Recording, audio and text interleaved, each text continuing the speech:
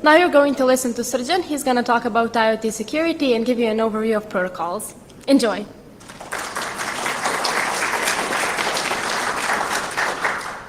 Hi, my name is Srđan and I will talk a little bit about IoT security. I intended this presentation to be node-friendly, so I'm really interested if all of you are heard about Bluetooth, Zigbee and stuff like that. Can you raise your hands, Zigbee people? Okay, SDR people. Okay, Wireshark all. Well, I'm good. I'm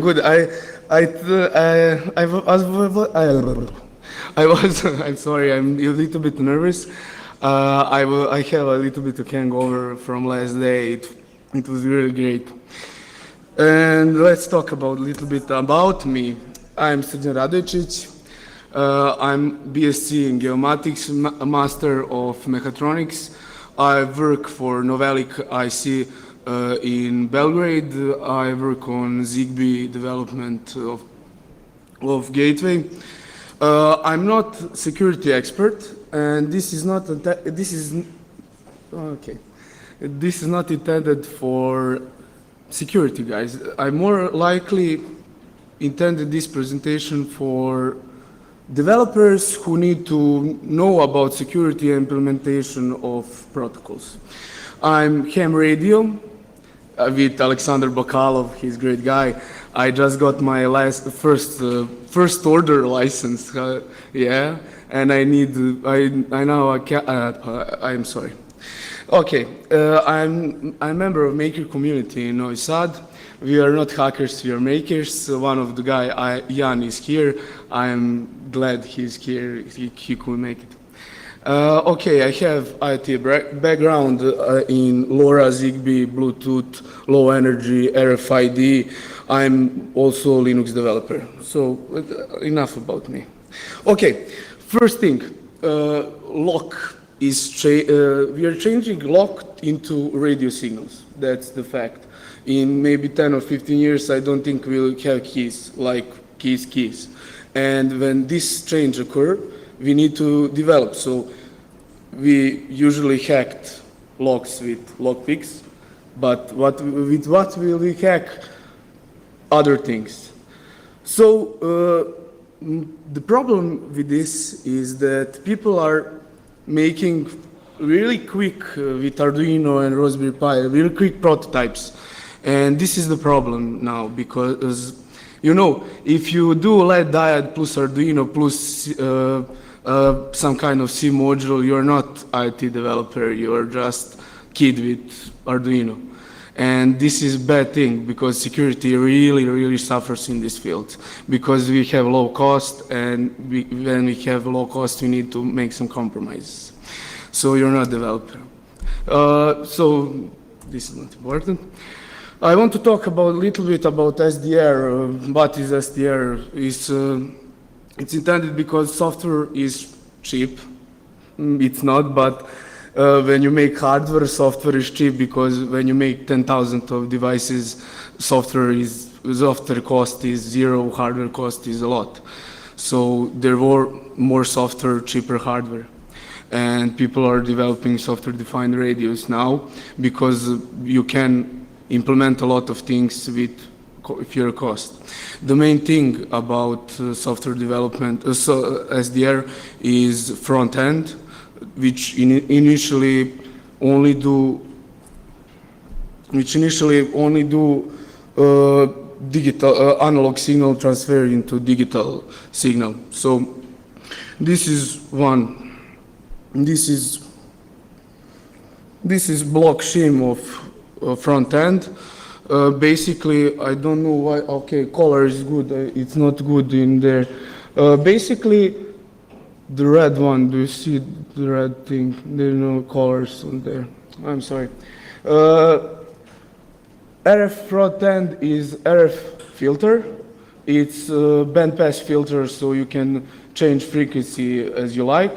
It's basically LNA and RF amplifier and mixer. Mixer is here to basically mixer.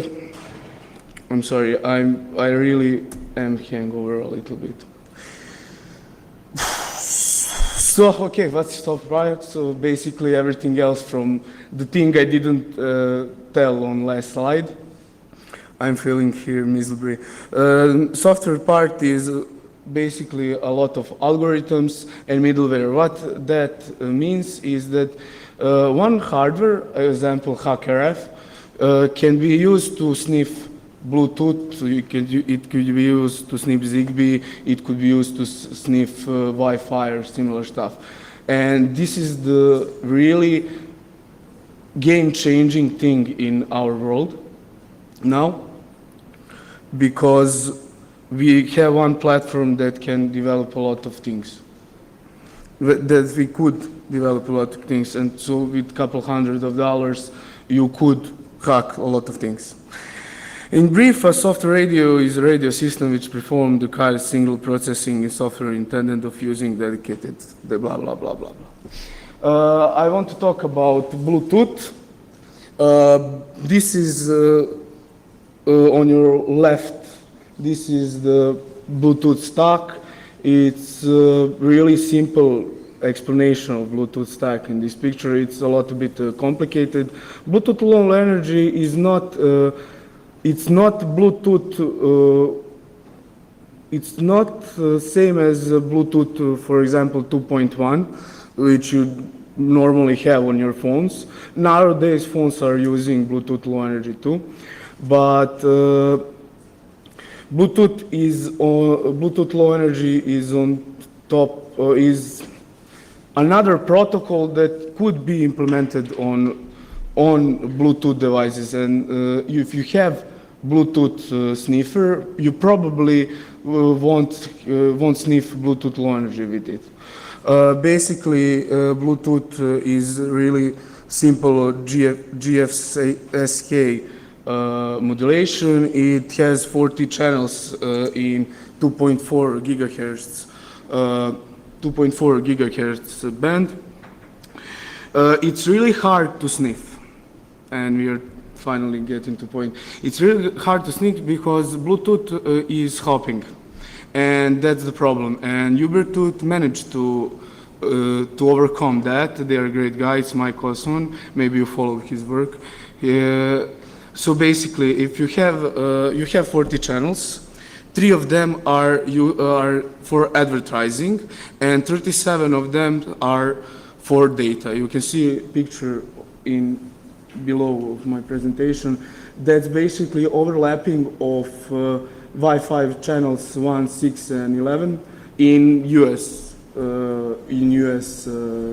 frequencies, and it's most of the data are overlapping with that frequencies, but advertising channels are purposely made so it doesn't overlap with Wi-Fi protocols. So that 3 channels are always there and could be, and there is no interference. Basically, what does, how the process of Bluetooth and pairing with Bluetooth works is that first initial thing is that the device is advertising in advertising channels, and the pairing process is done through the advertising, and when initial things are implemented like temporary key and stuff, then the data are transferring with data channels. How the hopping works? Basically, hopping works that we are sending data on one channel, and then we, for example, hop to the 7th channel, and later on we are transferring. We are agreed to do the 2nd channel, and so on, so on. It's always some mode of 37. So you always, that's when they made, I'm sorry, when they made this protocol, they they made a mistake, unfortunately for them, because we have 40 channels, and 3 of them are for advertising. You get prime number 37 of data channels, and we are a little bit into security, and we know that prime numbers are a little bit different. So when data is transmitted, you always end up on exact same channel in one time, and this thing will be used to hack Bluetooth, and that's really shame for them. If they use 41 channel, maybe we will have different and maybe a bit harder Bluetooth sniffing. So let's talk, if some of you don't know about Ubertooth. Ubertooth 1 is my Cosmos great project.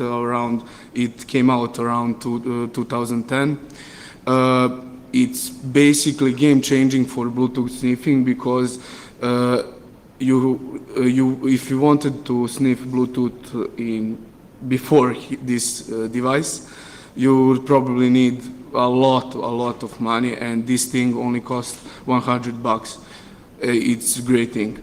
Ubertooth 1 is not really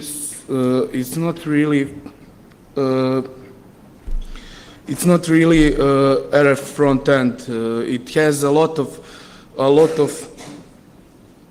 more implemented on it, and basically it's decrypting physical and link layer, and it sends packets directly to the USB 2.0 and to the PC or some other platform. So basically, we have antenna, of course. We have 2 chips, CC2591. That chip is basically I'm sorry I didn't explain that, but basically this chip is amplifier. First version of Ubertooth 0 didn't have this first chip, and but you can sniff without it. It's not necessary, but you wouldn't have LNA, so you couldn't have enough strength to sniff on longer distances. And basically this CC2501 is basically 2.4 gigahertz LNA. So this thing is important because it's generic, so it could be potentially used to sniff other data. CC2400 is another chip on Ubertooth. It's for GFSK demodulator, and because Bluetooth is using that demodulation, it's only specific for Bluetooth and other protocols that they are using that demodulation. I researched a little bit about that, and I found out that CC2420 is it's basically same thing, but it could potentially demodulate the Zigbee protocol. So basically, if you desolder that chip and put another chip that you could make Ubertooth 1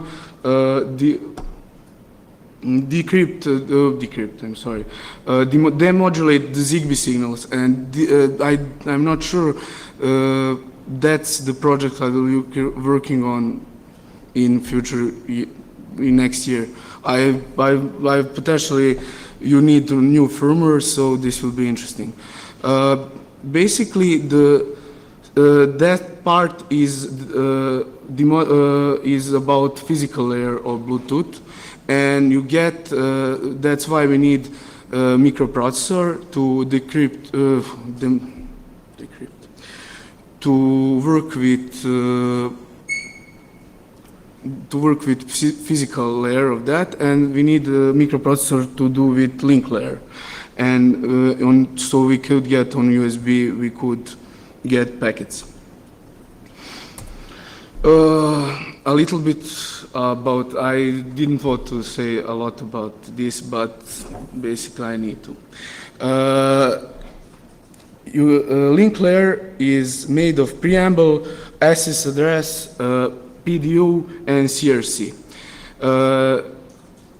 We need access address for sniffing Bluetooth because access address, if we know access address, which is on top on PDU, we could, PDU is data that we are looking for. So when you have a lot of zeros and ones into the air, you need where something starts, where not. If you know access address and you have that part, you can tell the CC240 to look for the data, and basically everything else that came from the data is PDU, which we're looking for. CRC is it's big.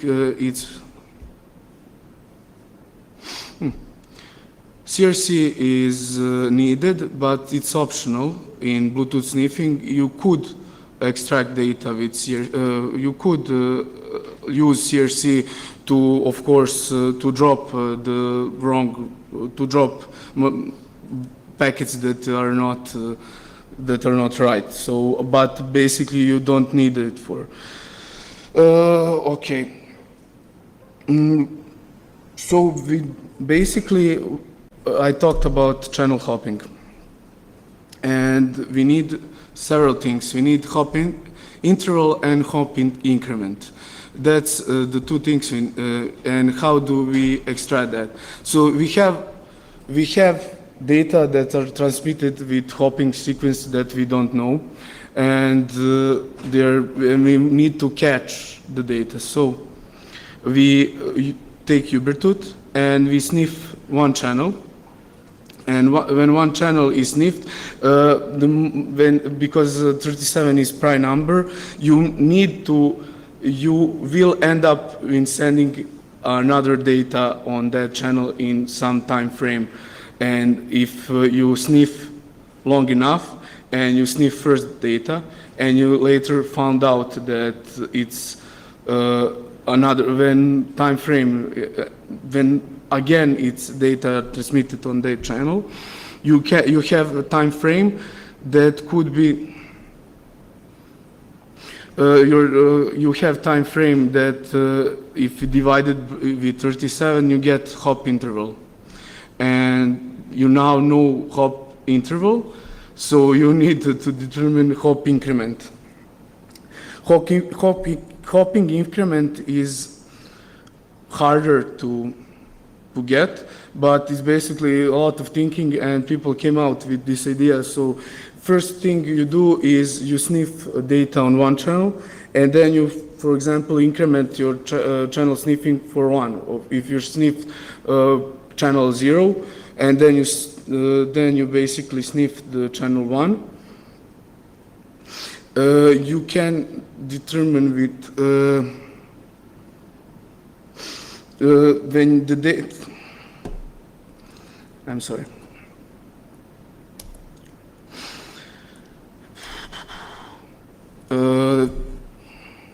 I don't have the. Okay, so basically it's not that important.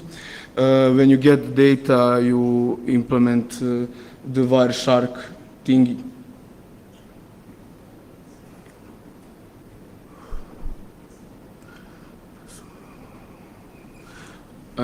I'm sorry.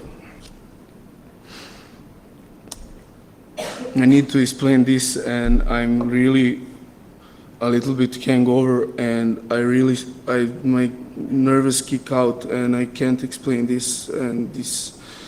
Oof. Okay. I'm sorry, I won't explain this.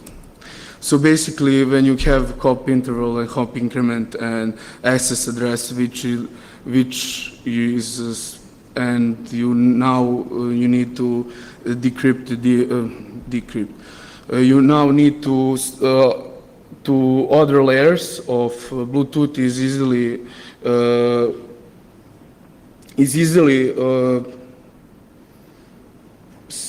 seen in Wireshark. Wireshark has Bluetooth Low Energy stacks implemented in it. Basically, you would pipe through, you make the pipe, I'm sorry for Windows users, but this is really easy in Linux. So basically, you pipe the connection through basically you sniff, you enter this pipe into Wireshark and you can decrypt out all other layers into Bluetooth. And Wireshark, of course, is the easiest thing to, most of us are using it are using this for wireless sniffing, so it's really common thing to use in this area. A little bit about pairing.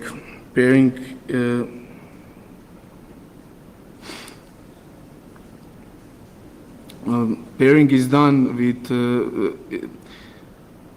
sniffing and decracking the Bluetooth is really easy in 4.0. 4.0 is first initial release of Bluetooth on low energy. It's introduced in that area. It has several ways of pairing. Pairing with just work, pairing with out-of-band pairing, and passkey. Just work is when temporary key is set to 0. Temporary key in Bluetooth is used to make short-term key. Short-term key is used to do long-term key, and long-term key is used to make session key, which basically encrypt the PDU and data. So if you have temporary key, you can do that. If temporary key is 0, you have it, and you can, and there is no much of encryption going on then. You can easily sniff. Out of band pairing is really the most secure way of pairing the Bluetooth devices, but it's really uncommon in embedded devices because you need a lot of external hardware and like NFC, or you'll need another connection with wireless and stuff like that.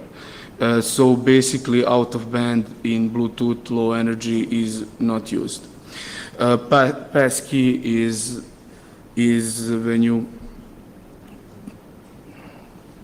passkey is commonly used in Bluetooth low energy. It's most likely that you find if you try to hack the Bluetooth, most likely you will find the passkey encryption. So basically, the devices are making sure that same passkey is used. The same temporary key is used. Temporary key is integer between 0 and 1 million, so it's easily brute forced. They measured how long it's need to brute force this temporary key. It's around 1 second. So basically, you could offline sniff, and you don't need to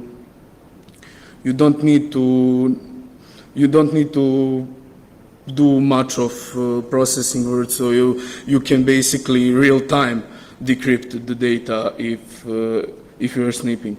Bluetooth 4.2 are introducing new pairing method, numeric comparison. It's not really. It's more secure way because both devices need to have a display and you need to enter the temporary key that your passkey. So this is the secure way, but like I said, embedded is like low cost thing. So you don't find this in real world. Bluetooth 4.0 is more advanced thing to hack because it introduces elliptic curve DH. Basically, it's more advanced thing and it's harder to crack. So you have. This is not. I'm sorry. There are several slides that are missing. Okay. You have two cases of this sniffing data. So maybe the party started without you, and they are already transmitting on data channels. So you could easily make sure that devices, you could basically have access address, CRC, and channel hop interval. I explained how you hop interval and hop increment, and access address is sniffed. So first of all, if you sniffed, you have other case. If you want to have access address, you're looking for a way to find if both devices are sometimes sending empty packets. So they are aware that they are here, so they don't break connection. So you're actually looking, now it's access address is used to find PDU in Bluetooth sniffing, but now it's another way to do that. You're looking for empty packets, and everything that's in front of that is potentially access address. And you sniff a lot of data, and then you have a potential, several potential access address and trial and error thing, and you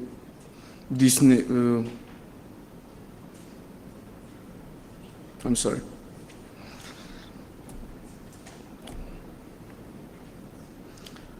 So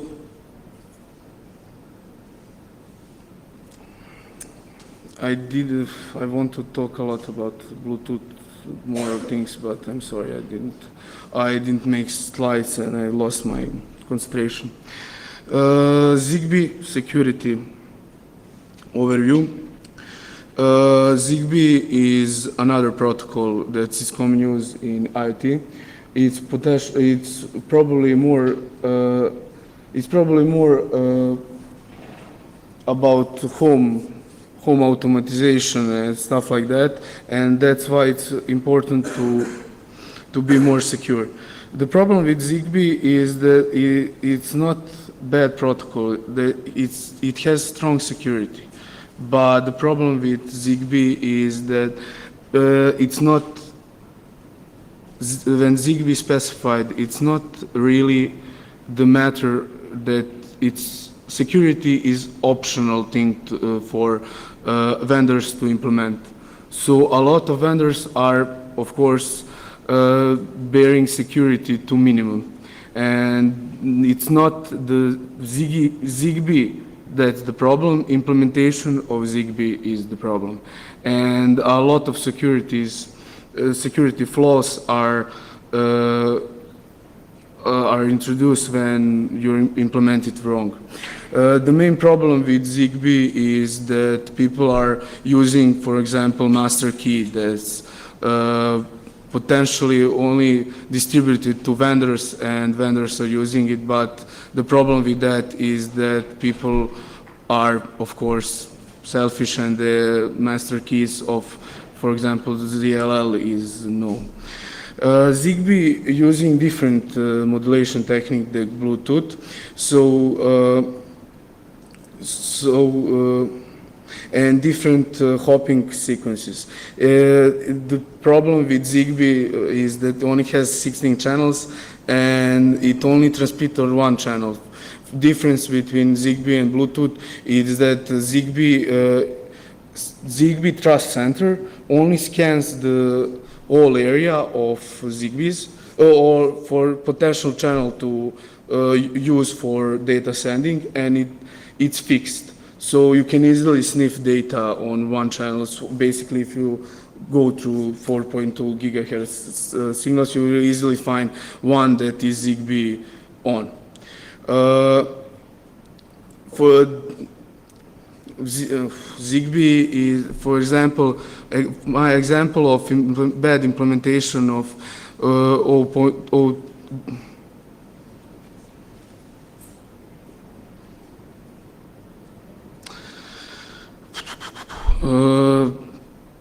Zigbee is basically a little simpler protocol than Bluetooth. It's based on 0.15.4 IEEE standard. And on top of that, you basically have network and application layer that is actually ZigBee specified. For one example of security flaws and security flaws that are optional in this physical and MAC layer, security are turned off by default. So it matter of developer to implement, to turn that on. So basically you have problem if you're developing and you're not aware of that, and a lot of cases are introduced where this thing happened.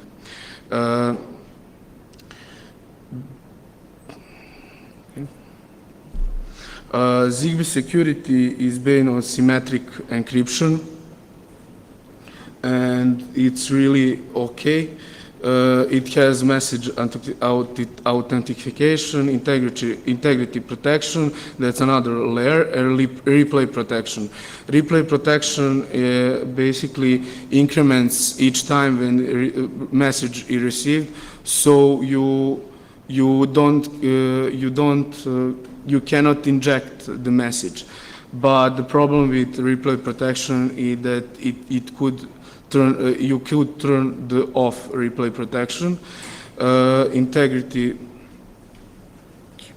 This is how the protocol message looks like. Basically, mic is on top, is integrity protected. Everything in front of mic is checked again, so you cannot scramble the data or similar stuff. Network key, basically ZigBee has two type of keys, network key and link key. Network key is distributed among all devices, and link key is only established between two devices. When the data are transmitted, you need to make sure that, of course, is encrypted, but where new devices introduced into ZigBee network, it first sends data that it's here. So the first thing ZigBee made the mistake is the first thing they used is to send data with they send the link key with in plain text. That's the problem. But now they are using master key that's implemented in Trust Center. Trust Center is basically like a gateway in like a router in wireless communication. So Trust Center has master key that uses master key to encrypt other keys. The problem with that is that most of the master keys are, you have two types of master keys. It's one that are default master keys, and of course it's ZigBee specified, it's open.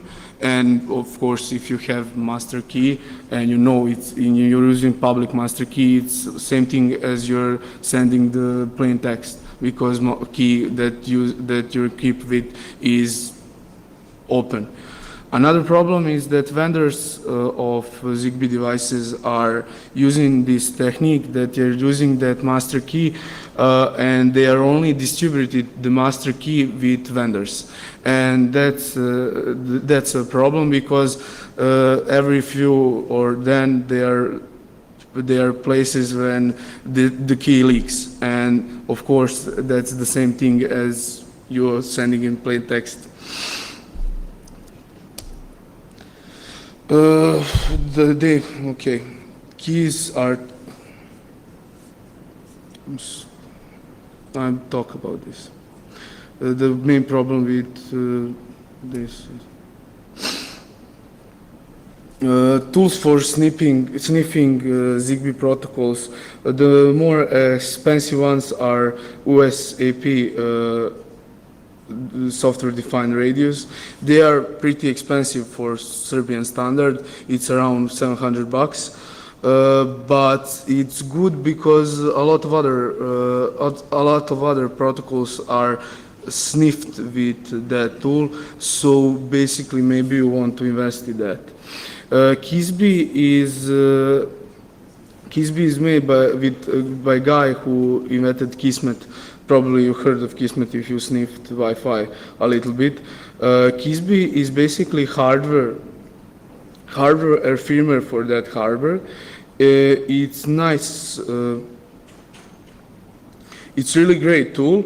Unfortunately, Kisby is on hold right now because Kismet is developing on Android platform, so they are focusing on that. And that's really a shame because Kisby is potentially a great product. The more cheaper versions because of Zigbee sniffing is Texas Instrument CC2531. It's really low cost hardware. You can get it from Chinese like AliExpress and stuff like that. It's around $10. It's really great thing. And the good point for Windows users is that it has very nice software for that. It's Texas Instruments Smart RF Pocket Sniffer. It's interesting software because it's really fun with colors and protocols are really nice to sniff with that Texas Instruments. I tried, but I failed to implement that to Vine it on Linux machine, but I didn't make it. Unfortunately, that's probably possible. I couldn't do that. Another hardware is from Atmel. It has Killer Bee firmware on it by predefined. You could get it cheap for $50 on eBay and stuff like that. But if the Killer Bee is on it, probably you will get charged around $100. Killer Bee is firmware for Atmel processors that is used to sense to sniff data on Zigbee and to send packets to the USB, for example. It's really nice firmware. I want to talk about LoRa a little bit. LoRa is another IoT protocol. It's basically modulation, but they made LoRa 1 that is protocol on top of physical layer that is LoRa. And basically LoRa is used for long-range communication. They advertise it so it could make 15 kilometers with it, but the real range is around 5 kilometers. That's in open field, and around probably 1 to 2 kilometers in urban areas. Basically, it's on 800 in EU. It's 868 megahertz. In US, it's 915. It's open standard.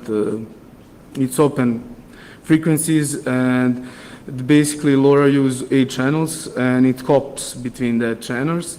There are no cheap alternative to sniff LoRa because you have 8 channels, and 8 channels are expensive to make that kind of hardware. So basically a lot of people are implementing to sniff only 1 channel, but that's the problem with LoRa because LoRa pseudo-randoms changing the channels on chips. So probably that's the problem. Another problem with implementation of LoRa. LoRa is, like I said, physical layer of LoRa 1 protocol. It's not a protocol by itself. So if you're not implementing LoRa 1, you didn't implement the encryption at all, and most of people are using LoRa like LoRa because it's simpler to implement. It's maybe only a few lines of code. But the reality of that is that you're for sure sending data in plain text. LoRa, actually, my experience with LoRa is really good. I didn't manage to, I had multi-tech gateway, I didn't manage to break it. Basically every device needed to be registered on the gateways, and you couldn't basically do anything on gateway side. Potentially what you could do is that you can extract physically informations from chip with probes, but last year it was talk about that, so I won't. Probability, for example, is that if you are implemented LoRa, basically, if you ever use LoRa, you meet the chip or from microchips LoRa chip RN24. Basically, you send MAC and 3 layers commands to chip, and most of implementation, real-life implementation, in that you're left the keys into, for example, a Raspberry Pi or stuff like that. You don't need to resend the keys to the chip. Chip stores that on itself. But most of real-life implementations is that most of people are sending the data when initializing the chip on, for example, when chip is restarted. So they are extending the range that LoRa can be hacked, but not by sniffing it. Matt Knight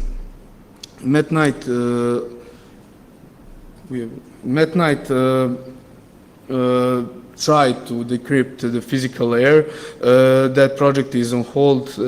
We need someone who will finish that project. It's great thing that he done, but we don't have physical layer.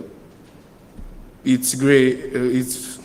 It's foggy area right now, so there are not a lot of real-life implementation of LoRa sniffing packets and stuff, because we don't know protocol itself, and that's the problem with that. So basically, LoRa has 2 types of joins, OTA and ABP. ABP is more secure way, but that's the type of pairing that is vendor approved, because they make the hardware that goes with gateways, and that's the way only to send data. Real life implementation of joining is OTA join, and you probably, if you do that, you join. If you joined with gateway, you use the OTA. Basically, every node has app, need to have address, app key, news key, device AOE, and message. First initial message is always the problem. It's not encrypted, but it's signed with app key, and app key is only stored onto your device. And if you register device on gateway, it's really like you encrypted it, and there's no places so you can inject or something like that. So I want to say a few keynotes about RFID garage doors and cars implementation, so you could start thinking about it or start sniffing the data. RFID is basically breakthrough.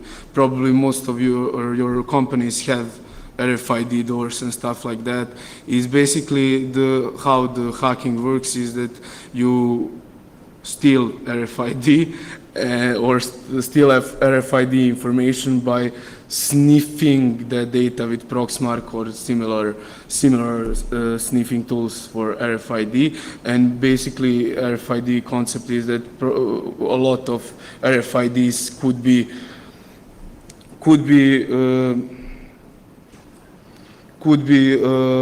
changed. So you change your card with sniff cards ID, and you can access the RFID drawers.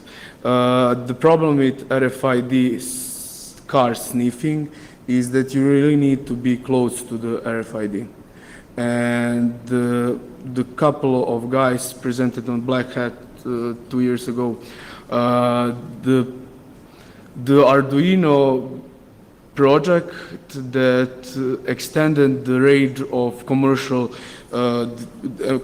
RFID sniffing tools, RFID tools. So basically, if you have, for example, HID or similar protocol, RFID protocol hardware, you can implement it with, you can extend that range with that Arduino, and you can sniff on 20 or 30 centimeters, and that's really improvement because basically you can have a bag with that sniffer and you can easily pass by a person and sniff data from the card, and you don't need to be in close proximity.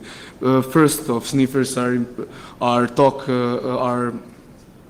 first version of sniffers are implemented like Proxmark. Proxmark is really not, cannot be used in real life because you need to be in really close proximity of RFID chip, RFID tag, and that's the problem with that. And they're advertise it so you can basically grab someone's butt or something like that to sniff data from the cards, and that's not really impossible. That's really impossible in real life. You probably get sued or something like that. Garage doors are maybe older technology, and probably a lot of garage doors are using some really simple protocols and maybe 10 or 15 bytes, 10 bytes, for example.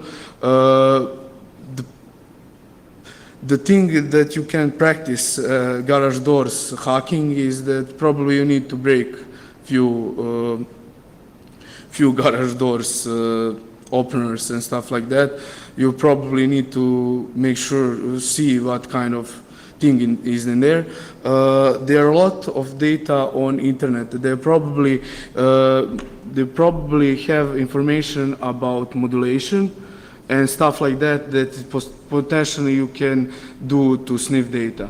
Garage doors are also interesting because the data can be sniffed with $10 front ends and potentially GNU radio or stuff, similar stuff.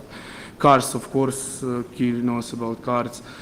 It's really a little bit complicated, but the first thing you need to have in mind is that cars are probably, if you unlock the car will have some random number generated, and they have integrity protection in ways so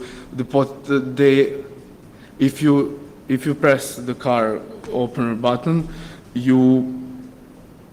the car are also agreeing with that key, so it increment key for 1, and your key are also incrementing the key for 1. So basically you cannot, if you sniff data from car, from locking the mechanism, you cannot use that key. And the problem so is to jam when you're jamming the signal. When you want to steal a car, probably you will jam the signal, and when person is not when it's second time and sniff the data, and when person is unlocking lock another time, you will have that key, but you could potentially use it for later, and that will be that. I'm really sorry about this presentation. I wanted to talk about a little bit more. I didn't manage to transfer anything I know in this area, and I'm really sorry.